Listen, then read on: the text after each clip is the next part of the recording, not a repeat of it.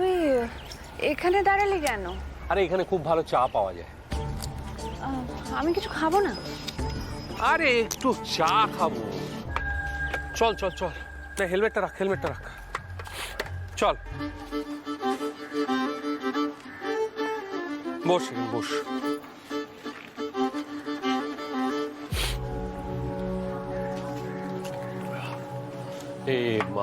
দাদা বলছি, একটা ডিম টোস্ট আচ্ছা আর একটা আদা দিয়ে চা। ঠিক আছে, একটা চা। একটা ডিম টোস্ট আর একটা আদা দিয়ে চা। ওকে।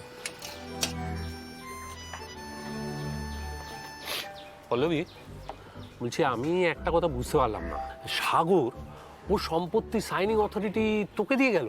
মানে এত বড় সম্পত্তির একমাত্র সাইনিং অথরিটি? আচ্ছা তোদের কি এ নিয়ে আগে কোনো কথাবার্তা হয়েছে? তুই কিছু জানতিস? ও জানতিস না? আচ্ছা ঠিক আছে, যা হয়েছে ভালো হয়েছে। শোন, মা লক্ষ্মী ঠিকানা খুঁজে খুঁজে তোর দরজায় এসে নক করেছেন।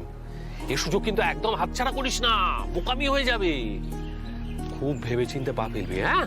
আর কোনো সাহায্য লাগলে আমাকে বলবি, আমি তো রয়েছি তোর বড়টা, ঠিক আছে?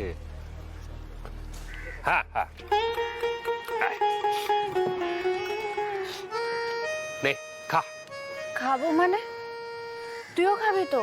অর্ধেক চা অন্তত খা। না রে, না না না, আমি খাবো না। আর আমি প্রায় খাই এখানে, তুই খা খা।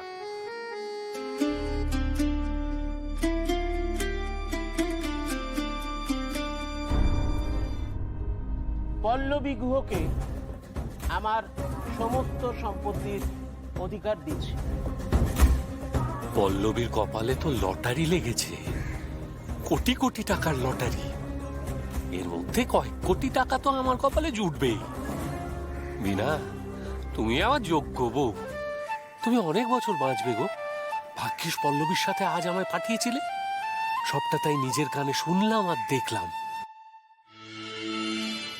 ভগবান সবার ভালো করুক, শুধু আমাকে দিয়ে শুরু করুক।